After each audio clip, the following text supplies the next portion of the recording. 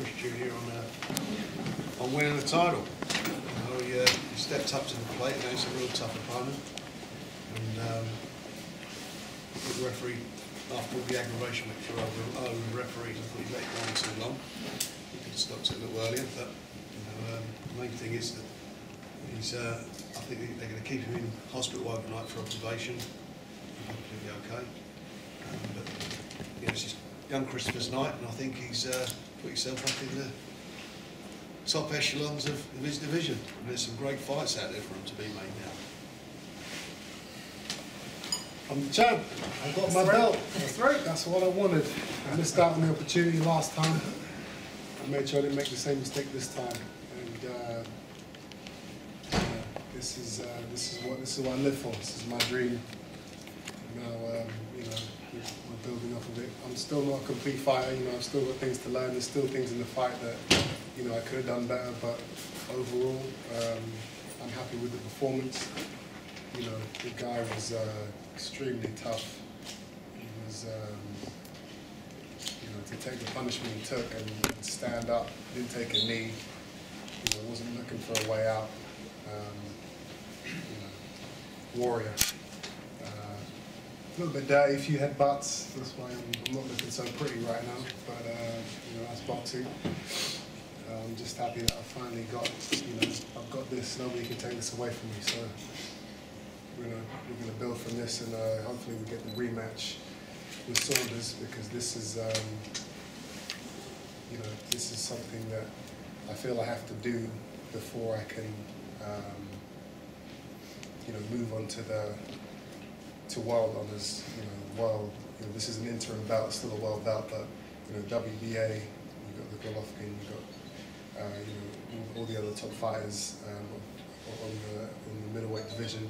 I feel like I need to avenge that loss first before I start looking at those fighters. You know, it's a fight that the British public, you know, they want to see. So you know, I'm ready. I hope he's ready. You know, I'd get in the ring with him next month if he wanted to. So we'll see what happens. Hopefully we can sort it out with Frank and Saunders' team. How aware were you of what was going on beforehand? I have no idea. I still don't even really know what happened. Something about the booting instead. There's something about the fight was about the council. Really? Because why? Because of the officials. Well, right away through the day. Frank and I spoke this morning, and as far as we are concerned, the fight was going to happen. And Frank being as comprehensive and as ferocious as he is in the promoting game, I had all the faith in the world that he would be able to actually pull it off, and he did. But we didn't tell Junior. That's none of his business. His business is to keep his mind on the objective. What exactly happened? Well, what exactly happened is probably, it's best Frank explains that if it's necessary. Yeah. Well, for you probably know, there was a problem with the officials. British Boxing Board controlled an English referee, and our deal was for neutral officials, and so it got into a bit of a dispute. But thankfully, common sense prevailed. Robert Smith stepped in along with Nick Collier, and between us we reached a satisfactory conclusion, which resulted in you sitting here with a title.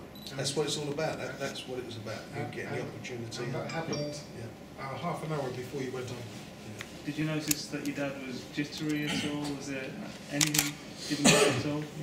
You know, when you've got a title fight coming up, you're not thinking about anybody else but yourself. So I wasn't focused on anybody but what I had to do. But no, he didn't give anything away. I didn't think there was anything wrong. You know. Were you jittery? Chris, Jim, seen it? Sorry. Me? Yeah. Was I jittery? Yeah. Yes, absolutely. I mean, I spoke to Vlad, and I mean, at one point he said to me, you know, go into the changing room and check how the raps is going on. You know, as someone to watch Dmitry wrapping his hands. I said, no, it's okay. You know, we trust you. We're fighters. Trying to actually kind of give him the confidence that, you know, the best man is going to win, and it's not about the officials. You know, it's going to be straight. It really didn't happen. Was there a point where you thought it wouldn't happen? No, I mean, I kind of trust that Frank is, you know, we call Frank a double OG. Okay. This is A double OG. A double OG. It's a triple. No, I'm the triple. Okay, I'm the triple. That's He's an a old double. kid. Okay, and that's original gangster. Right. I know OGs. Yeah. Well, I know you know, but Yeah. But it's a double OG. I was like an old guy. You meant 007. no, so Frank is good at what he does. So you know, it's like I had faith. You know, I was willing this to happen. Junior's ready. He didn't need a setback, and Frank saw it through. So as difficult as he thinks that sometimes the Eubank team are, we're not difficult. We're just professional. We get things done. Chudinov, was it a more difficult fight than a Billy Joe for you? How do you assess the two? Different style, wasn't it? Completely different, you know. This guy was, you know, non-stop coming forward. With Saunders, I had to chase. I had to force him to fight. Saunders would have been happy to just mess around and pot shot and you know, have a boring fight. I didn't have to worry about that with this guy. I knew he was going to be there. You know, it was. I went in there with the intention of kind of boxing, but he was so persistent that I had no choice after a while but to just, you know, stand there and give him what he wanted, which was a war. You seem to start late again. I know you said you wanted to start early. You didn't really seem to get going into the round 3. Is that how you saw it, and why was that? I'd have to watch the fight back, but you know, 12 rounds is 12 rounds. You know, obviously you can't. You know, you still got to pace yourself. So I'm not going to go out there in the first round and, you know, I knew it was a solid fight. You can't go out there and start throwing massive punches and blow yourself out. You got 12 rounds, and you know, obviously I train to hurt people. I train to knock people out, but you know, that's not the mindset that you go into the ring with. You need to know, okay, I can do the 12 rounds. You know, it's smart. You got to use your brain as well. So you know, it was bursts. You know, when I felt the time was right, I would open up, and when I felt it was time to defend or evade, that's what I did. And you know, he didn't really catch me with anything. He didn't catch me with any flush shots. You know, most of it was kind of, you know, off the gloves or you know. Glasses. There seemed to be a couple of flush shots in it. Well, I'd have to watch it back, obviously. I don't remember getting clipped with anything. You know, I've been hit with punches before where, you know, I mean, every fight is different. For me, if I get hit with a very strong punch, you know, I have a flash of white, and then I'm right back after about half a second. I'm right back. Some guys will take that same shot and their legs will wobble, or they'll be on the floor. They'll be on the floor asleep. I don't have that problem. I didn't see any flashes of white tonight, so but I'd have to watch. I'd like to know how your coach, Nitsi, prepared you. You know, your dad said he brought him in because he thought, you know, he's going to reintroduce you, re-engage you with the basics. How did that go for you, and how did it work out in the fight? You know, Max was only with me for 2 weeks, so there's only so much. 9 days. So this wasn't, you know, he didn't come here and change everything that I was doing. He was just there to support and to, you know, to instill what the game plan was. You know, I went in there knowing that I needed to use my jab, and you know, that's a lot of the stuff we worked on was, you know, off of the jab. He's got a lot of experience. He's trained many fighters, and you know, when I'm in England, I haven't really been. Whenever I'm over here, I don't really have a solid trainer. You know, Ronnie's there, but he's not. He's the overseer. He's not actually training me. I'm kind of going off of what I think I should do. So, you know, obviously now that we're at this level, we need somebody that can, you know, be there 24/7. Were you surprised, Chris, the referee didn't stop it sooner? Yeah, yeah. In the back of my mind, I didn't know. Obviously, the referee who came in to tell me the rules before the fight was English. Terry O'Connor. That's all right, Connor. When I got into the ring, I saw the different guy, and I thought he was Russian. I just heard the accent, so I thought, okay, they've switched the refs. I don't know what this is about. Something's going on. And then obviously, you know, I'm teeing off on him, and he's not stopping the fight. So I'm thinking, hold on, what's going on here? Like, is this? Am I being set up here? Like, because other fights, you know, they would have taken half of those shots, and the referee would have stopped it. I'm thinking, why is he letting them go on? So that was one of the reasons why in the 12th round I thought to myself, you know what? Let me just. In what round? In the last round, I was like, I don't want this to go to the judges. You know, I've never gone into a ring and they've changed the referee. So let me not risk anything. You know, I did that in the last fight. It didn't go my way when I thought it should have. You know, let me not risk that. So I went out there and, you know, search and destroy was my objective in that 12th round. And, you know, the referee had no option. You know, if he hadn't have stopped it, you know, it would have been criminal. So, you know. You seem determined to make sure it was a stoppage in the 12th round. Was that how you were? I go into every fight looking to stop my opponent. You know, this is you know, it's a battle. It's a war. It's a war of attrition. You know, if you can take the guy and take him out, some fighters don't have that. You know, Billy Joe Saunders doesn't have that. He'll just, you know, he'll be happy to just mess around and hold and. You know, I have that killer instinct. Even if I've won every single round, I will still try and take you out if I can, because that's the type of fighter I am, and I know that that's the type of thing that, you know, inspires people. That's what they want to see. They don't want to see somebody kind of just, oh, he knows he's won, so he's just going to slack off and just mess about. You know, this is an entertainment business, so you know, I went and I did the job. What do you think Billy Joe will be thinking, looking at that tonight? Can I just say before you answer that? No. You know, well, no, I'm not going to talk about that. Just to ask you, because obviously from my eyes, from my perception, I mean, I lost myself in this particular fight. Usually I'm quite collected, but I lost myself because it was that exciting. So, because usually I look for all of his liabilities and mistakes. I look for the mistakes, but I didn't see them. I saw. Can this fight not? I think this fight's going to be fight of the year. I mean, how did it look to you? Looked fantastic. It was a fantastic fight, right? Surprising. And a stoppage in the last round. I mean, this is the fairy tale scenario, where the public see a fight where it's toe to toe, more or less, the entire fight, and a stoppage in the last round. I mean, you know, that's like talking about boxing back in the day, when we were kids.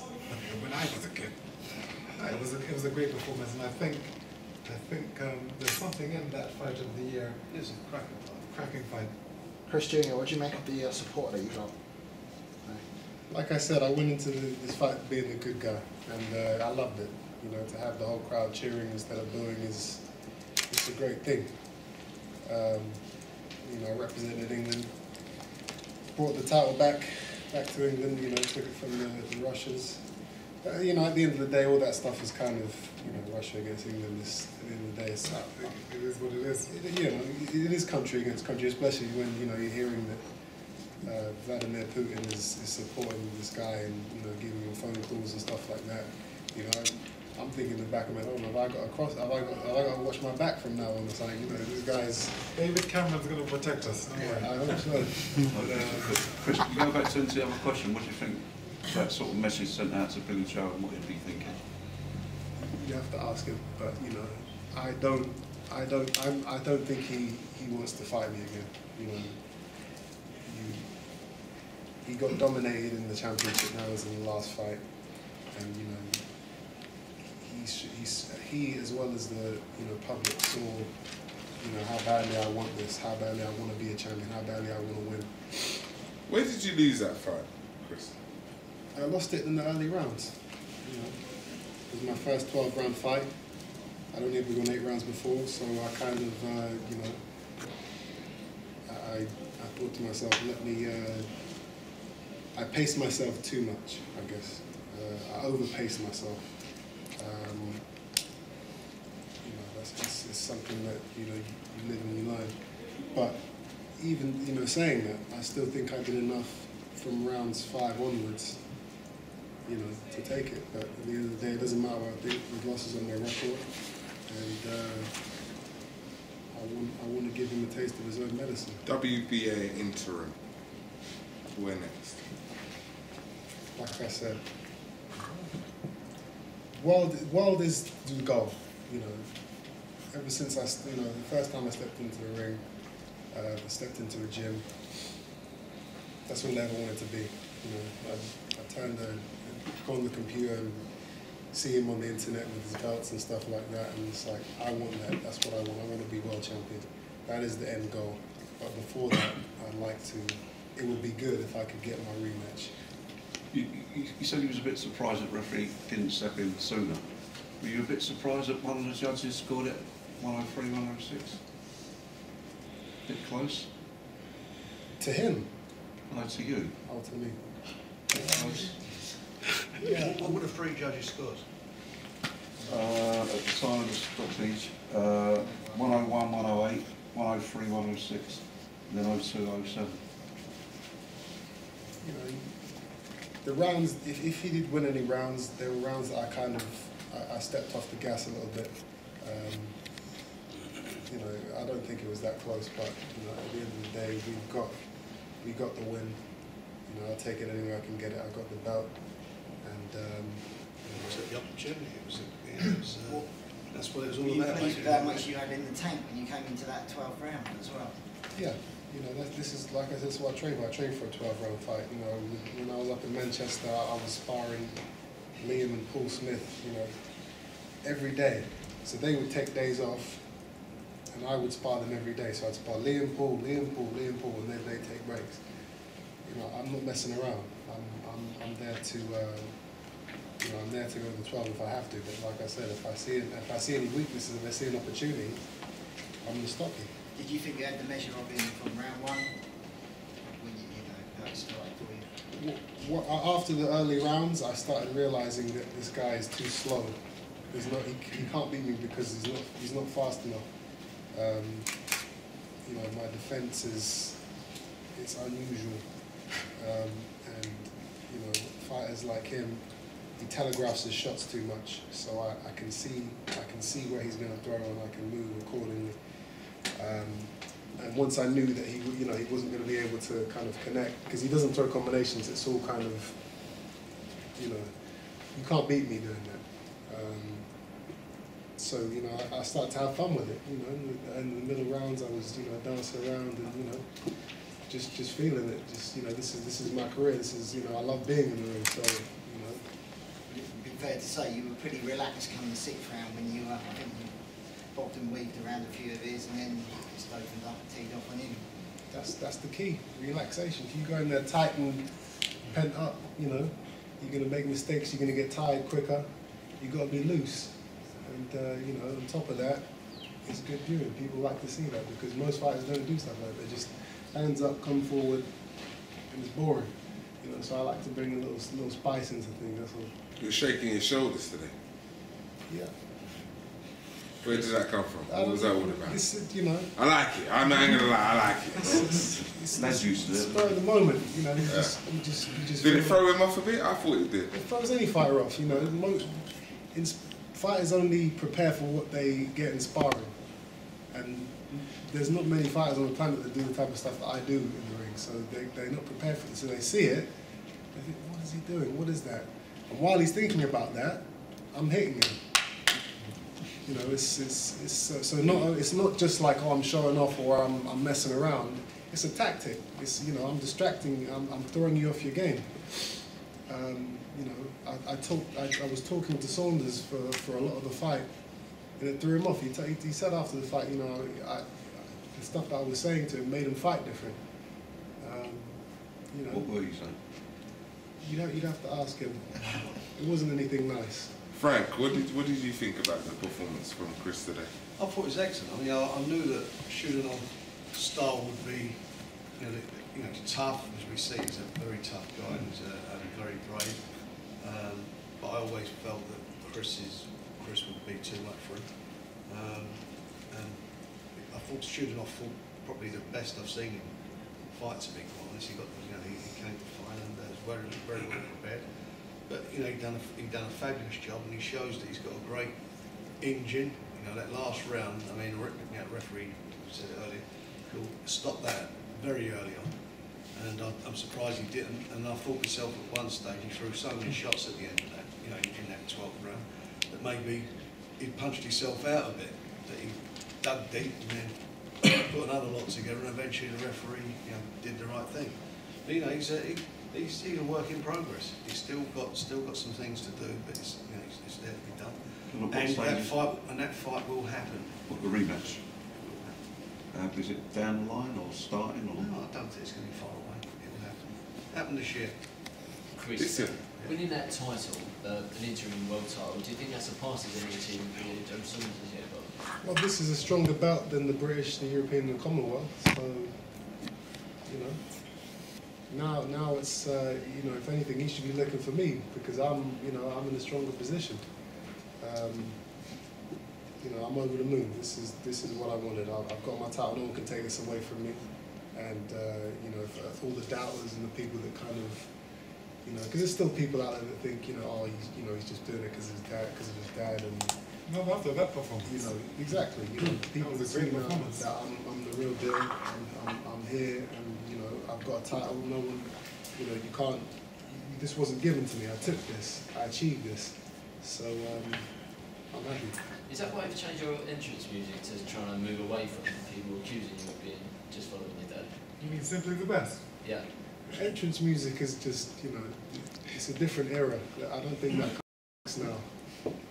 Elvis? Like gangster rap he comes into, it suits his style. I mean, he wanted to change, and why not? I mean, and it's a tune.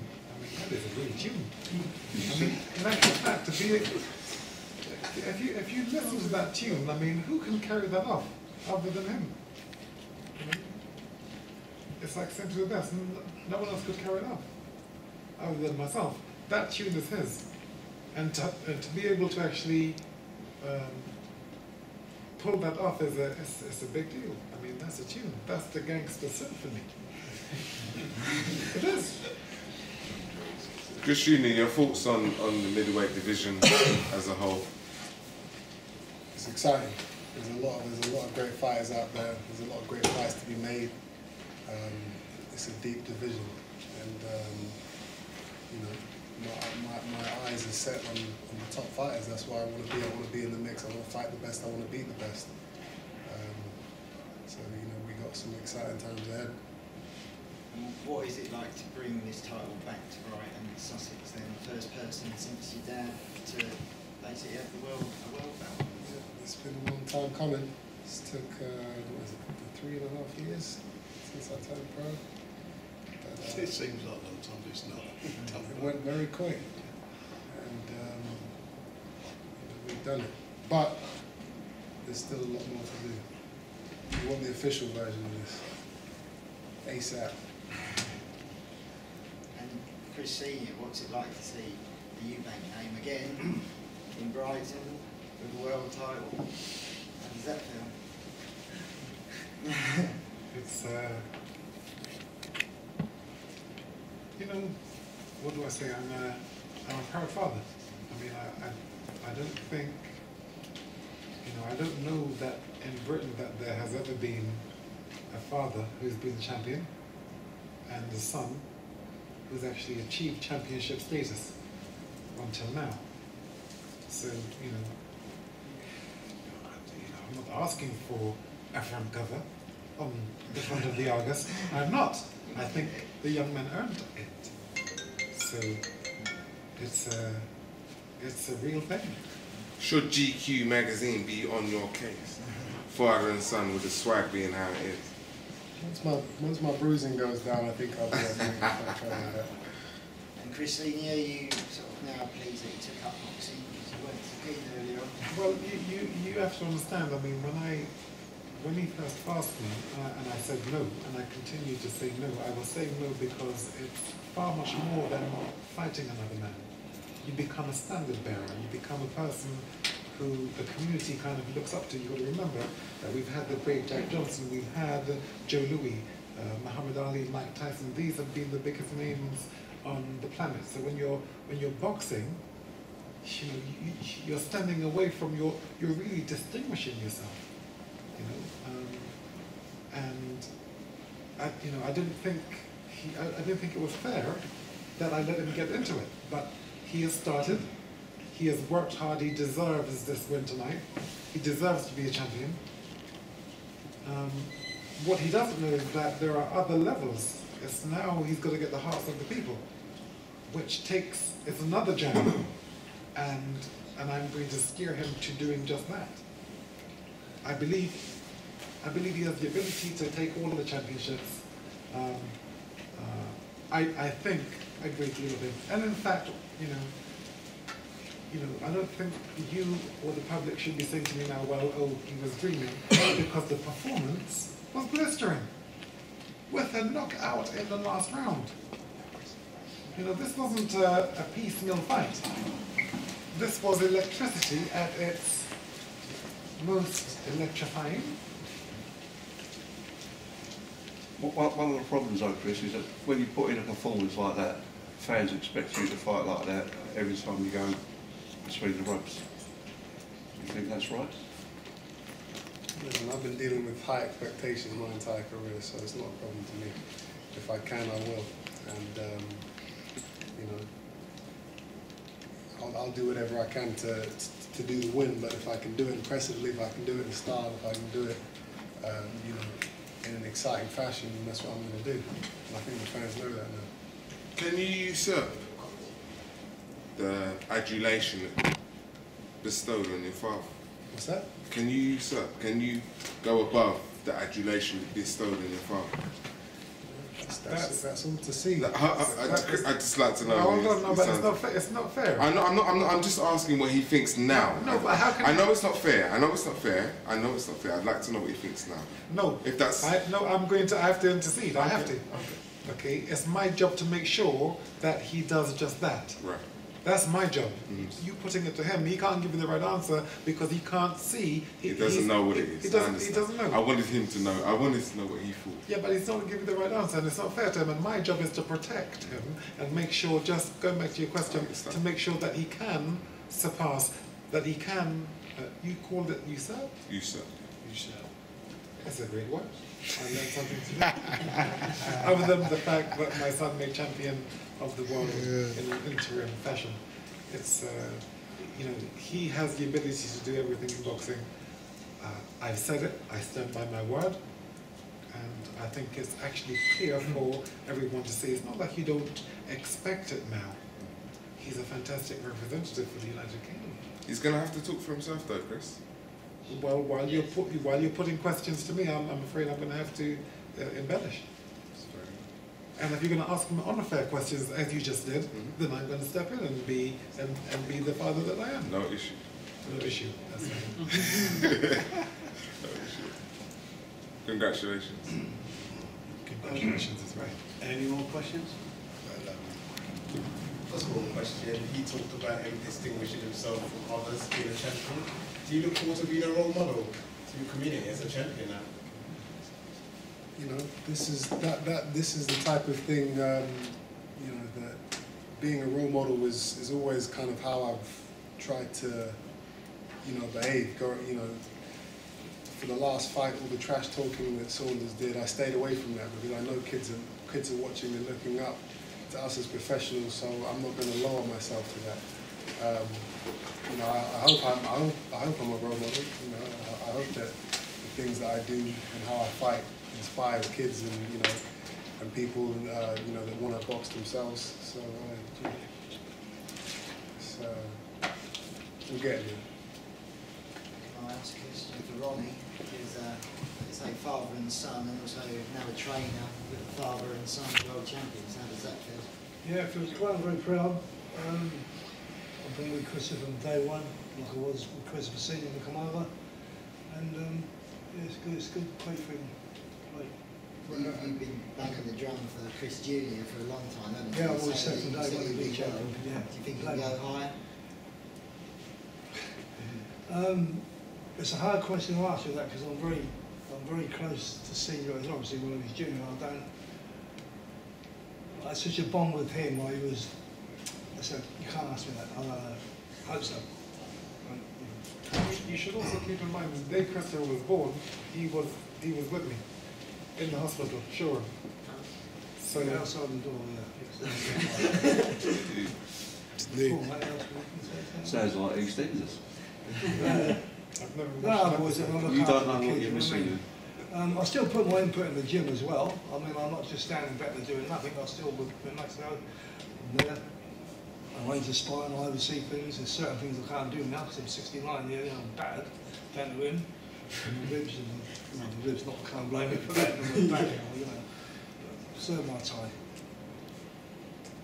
Coach, how was Christopher's footwork in the ring? How was his footwork? Because we saw in training that you was working on his footwork. So how was it today, fighting? He looked today, in my opinion, 50% better than before. Yeah, that's the main thing. So it's progression. Yeah, progress. 50%. In 6 months, I promise it will be better. 85, like 85% in 6 months. And you do realise, gentlemen and ladies, that Maximo Perret taught me how to box in 1983. 82, 83, 82. That's right. Taught me how to box. And in actual fact, just a quick story.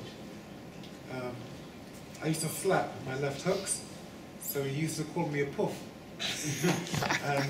And he only trained me for 3 weeks, in fact. But what I did, I watched how he trained a particular fighter called Dennis Cruz, and in watching that taught me how to box. So there you are. Not taking anything away from the fact that father and son champions. Brighton, we've done it again. England, All down to me. we have pulled down to you. England, we have another representative. You should let me go, mate. Let me join the last few years. I think it's hard. Anyway, gentlemen, ladies, thank you so much. Thank you very much. Thank you. Congratulations. Thank you. Hard work, dedication. Hard work. Dedication. Hard work. Dedication. And that's what we stick to.